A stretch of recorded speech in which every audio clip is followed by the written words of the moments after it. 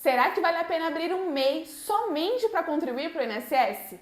É muito comum que as pessoas que se encontram numa situação de desemprego queiram abrir um MEI apenas para conseguir contribuir para o INSS pela alíquota de 5% sobre o valor do salário mínimo. Isso tudo só para se manter filiada à Previdência Social, caso precisem de algum benefício previdenciário ou de eventualmente para que esse tempo seja computado para a aposentadoria. Por isso, nesse vídeo nós vamos trazer 7 pontos para te alertar sobre essa decisão. É importante frisar que se você tem um MEI e exerce atividade, esse vídeo não é um alerta para você.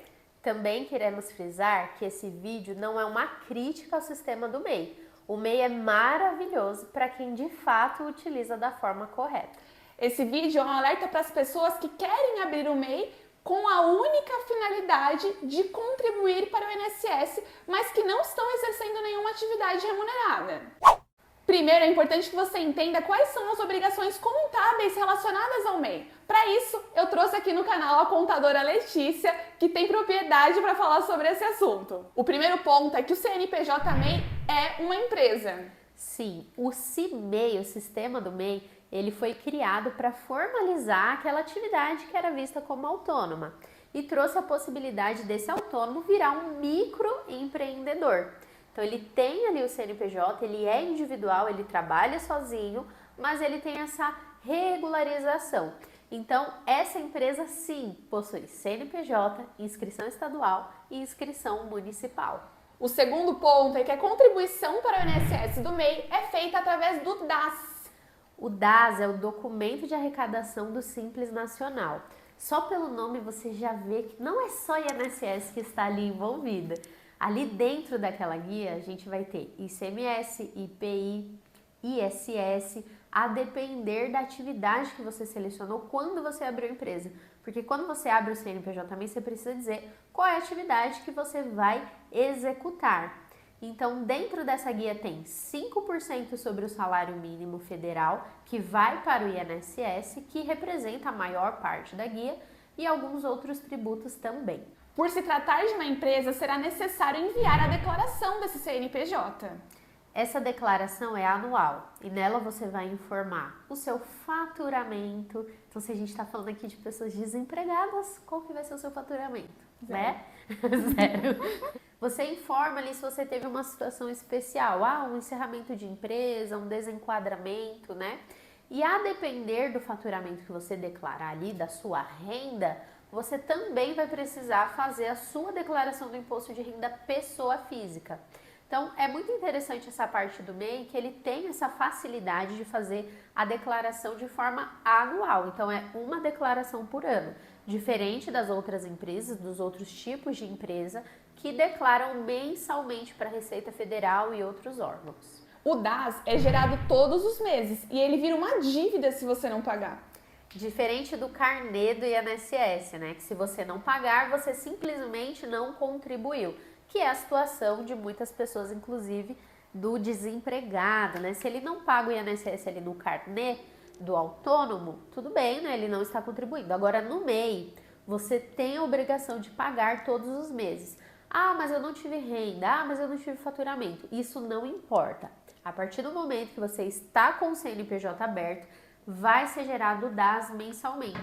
E eu já recebi várias vezes pessoas que, assim, estavam com a dívida, assim, extensa lá no MEI e falou, eu achei que era só eu parar de pagar que ele não ia cobrar, tá? Então, o fato gerador dessa guia é estar com o CNPJ aberto. Se está aberto, mesmo que você, não estou utilizando. Importante frisar, como a gente falou no começo, se trata de uma empresa. Então, não é simplesmente, assim, parar de pagar ou deixar para lá, tá? E o que pode acontecer também? Depois de um tempo, se você deixar muito tempo aquela dívida lá, ela pode ser enviada para dívida ativa, né? Que a gente chama de Procuradoria Geral, aí já começa a complicar o vídeo, né? Mas vamos colocar assim como um protesto, tá? Então, como se tivesse protestado a sua dívida. E o que acontece? O seu CPF vai entrar como corresponsável nessa dívida. Então, sabe aquela coisa, foi pro meu nome, então foi pro teu nome. Então, se você não paga a guia do MEI, né, eles podem protestar e o seu CPF entra como corresponsável. O quinto ponto é que vai ser necessário acompanhar a legislação pertinente. Mais uma vez, estamos falando de uma empresa, né? Então, tem muito essa cultura que o MEI não precisa de contador. Então, o que que acontece? Se você não tem um profissional contábil para te ajudar, você vai ter que acompanhar a legislação. E como que você acompanha a legislação? É muito difícil. Eu vou trazer um exemplo aqui para vocês. Em 2018, a Receita Federal excluiu várias atividades do rol ali de permissão do MEI, tá?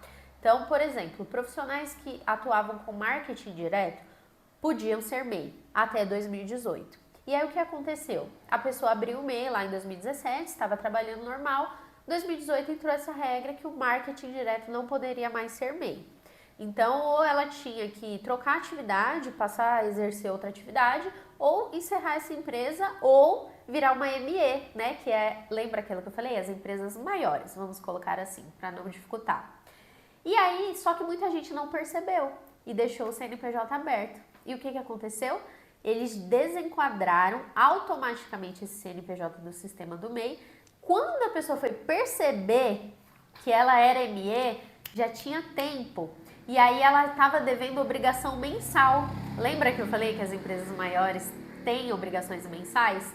Então assim, você vai ter aquele CNPJ, você vai ser responsável por um CNPJ, você vai ter que ou ter um profissional da sua confiança para você estar sempre ali contratando, consultando, enfim, ou você mesmo vai ter que fazer isso de forma independente, o que é muito difícil. E além de acompanhar a legislação pertinente, existem alguns municípios que instituem taxas para esse MEI. Sim, não é muito comum, vale reforçar. Na verdade, a lei federal, assim, ela fala, né, que o MEI só vai pagar aquela taxinha mensal do INSS e tudo mais.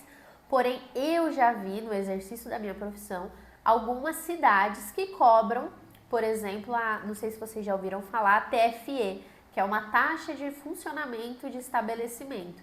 Então, por você ter uma empresa, você tem que pagar essa taxa, essa TFE. E na grande maioria, assim, dos municípios, não é cobrado do MEI, mas alguns municípios cobram, né? E uma vez eu até questionei um município sobre isso, e aí ele me deu uma lei municipal que ia contra a lei federal. Gente, olha, um caos. Enfim, no fim, a pessoa tinha que pagar o boleto. Resumindo, então tem alguns municípios, é importante também você ver isso antes de abrir o seu CNPJ, se você optar por abrir o MEI, se existe essa taxa anual que alguns municípios têm. Tem um município específico que ele cobra a partir de 3 anos da abertura. Então, quando você abre, você não sabe. Daqui 3 anos, ele manda uma cartinha lá para o seu endereço e passa a cobrar. Então, é bem particular isso, mas eu acho que é um ponto importante da gente trazer aqui também. O sétimo ponto é o seguinte: o MEI não é um desempregado. Ou seja, ele não recebe o quê? Seguro-desemprego. Pois é, pois é. Eu ia complementar, eu ia falar assim, ele não é um desempregado, ele é um empresário. Um empresário. Gente, eu já vi de pessoas muito próximas, assim, a frustração de você perder o seguro-desemprego. O que que acontece? Não é o ponto do nosso vídeo, não é o objetivo, mas vamos falar um pouquinho sobre isso. Quando você sai de um emprego, você está nessa condição de desempregado, está ali procurando uma nova oportunidade, muitas vezes vem na sua cabeça a ideia de trabalhar para você mesmo, né? Então, vou abrir um negócio. Isso é muito legal. Mas você precisa saber que, se você estiver recebendo o seguro-desemprego, abrir o MEI, o benefício vai ser cortado. Ou, por exemplo, eu tenho um MEI lá antigo que eu abri lá atrás, né? Lembra aquela coisa de deixar para lá? E aí você entrou no emprego e você esqueceu esse MEI, você deixou ele lá, gerando aquela dívida mensal, e aí você foi demitido desse emprego, e você vai dar entrada no seguro-desemprego, o Ministério do Trabalho vai falar para você é empresário. Pois é. Então claro que tem a forma de você abrir recurso, explicar, mostrar a declaração inativa e tudo mais, mas não é o foco desse vídeo, é só para você saber que você pode ter essa dor de cabeça com o seguro-desemprego. Inclusive, eu tenho um vídeo no meu canal falando especificamente sobre isso. Eu posso até deixar o card aqui em cima ou o link aqui embaixo na descrição, que eu falo justamente dessa situação, como você pode tentar resolver esse problema com o recurso apresentado direto na carteira de trabalho digital. Agora nós vamos falar das implicações previdenciárias de quem contribui para o INSS como MEI. A contribuição para o INSS como MEI não será computada na aposentadoria por tempo de contribuição. É isso mesmo. Quem contribui para o MEI até tem acesso aos benefícios previdenciários, como auxílio-doença, auxílio-reclusão, salário-maternidade, aposentadoria por idade ou por invalidez, mas não terá acesso à aposentadoria por tempo de contribuição.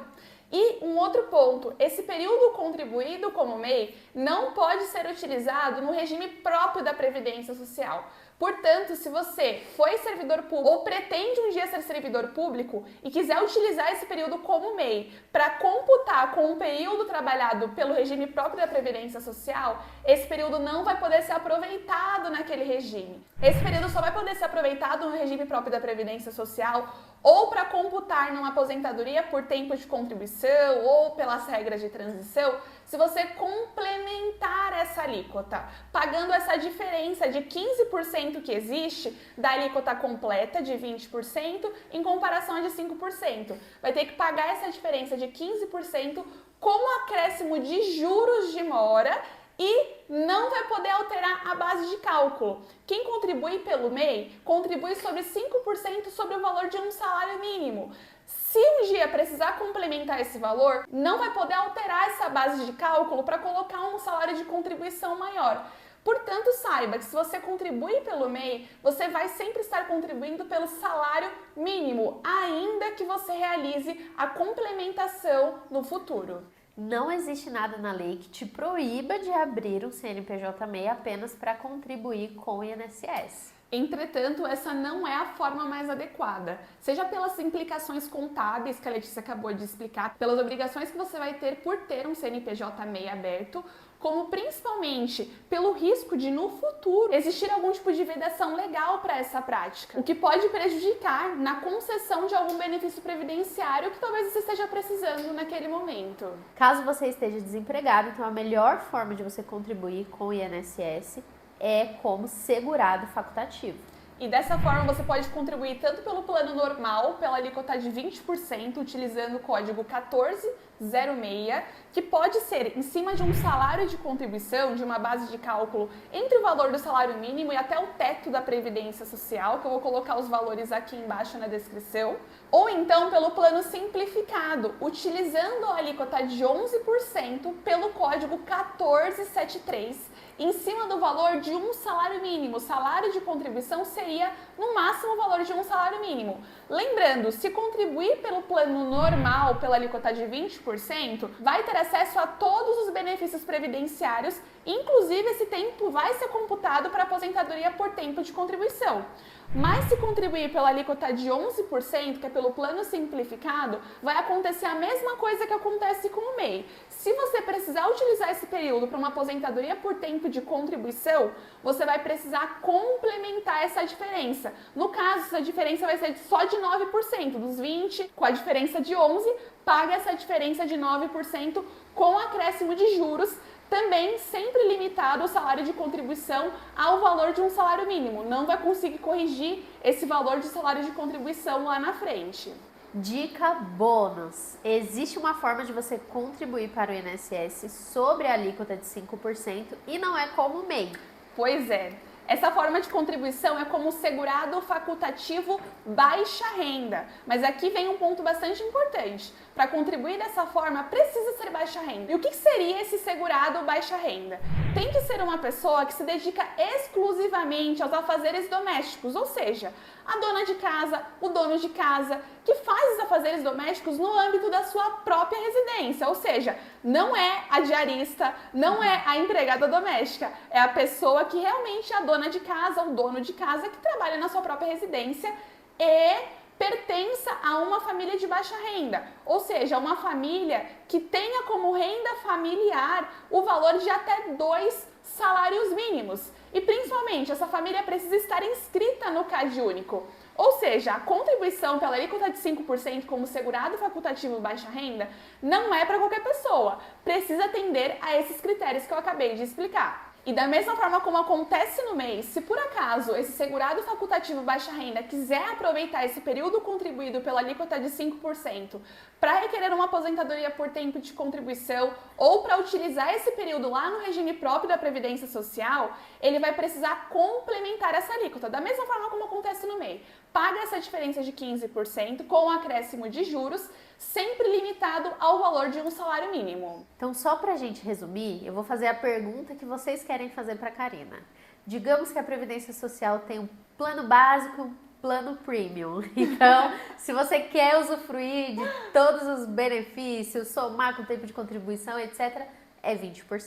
Se você quiser ali um plano básico que não vai se somar e etc., é 11% no facultativo e 5% no baixa renda para quem se encaixa, certo? Exatamente. A única diferença mesmo do plano premium, dos 20%, para o plano mais simplesinho do 11% ou 5%, é que você não vai ter acesso a esse tempo de contribuição para aposentadoria por tempo de contribuição. Vai ter acesso a todos os outros benefícios previdenciários, tá? Somente não vai ser computado para esse tempo de contribuição. Se quiser computar, vai ter que complementar essa alíquota pagando juros, não esqueça disso. Então, gente, por isso que é muito importante todo mundo ter ali o seu planejamento previdenciário, né? Buscar ali um advogado e entender qual é a melhor forma para você. Porque como vocês viram aqui ao longo do vídeo, tem muitos detalhes, muitas regras e tudo mais. Então, por exemplo, o MEI, como a gente falou no começo, a gente não está criticando o MEI. Ele vai funcionar para aquela pessoa que trabalha como autônomo e precisa se regularizar, precisa se colocar diante do mercado de trabalho como uma empresa. Isso vai ser excelente, né? Então, às vezes o MEI ele vai fazer sentido para algumas pessoas e para outras não. Exatamente, é por isso que é importante fazer esse planejamento previdenciário, porque entender se é vantajoso ou não depende muito do seu histórico laboral. Se você é um empregado que já trabalhou muito tempo de carteira assinada, a depender da sua idade e a depender do seu tempo de contribuição, você muito possivelmente vai poder requerer uma aposentadoria pela regra de transição, ou aposentadoria por tempo de contribuição com base nas regras antigas. Mas se eventualmente você é uma pessoa que já tem a idade muito avançada, não tem um histórico contributivo muito grande anteriormente, talvez tudo bem, contribuir como MEI não vai fazer a menor diferença na sua vida. Por isso que todo caso tem que ser analisado especificamente, realizando esse planejamento previdenciário. Então é isso, pessoal. Se vocês gostaram do vídeo de hoje, eu não sei se vocês lembram da Letícia, ela já esteve aqui no meu canal outras vezes falando de alguns assuntos meio polêmicos, né? Pejotização, contratação de empregado com registro ou sem registro. Agradeço muito o convite, Karina. Estou à sua disposição para a gente trazer conhecimento aqui para o pessoal do seu canal. E já fica o convite para dar uma passadinha lá no meu canal também e trazer assuntos aí da área da Previdência. Eu vou lá com certeza. Pessoal, não esqueçam de deixar o seu like, de se inscrever aqui no canal, de ativar o sininho para as notificações. Muito obrigada por acompanhar o vídeo e até o próximo vídeo.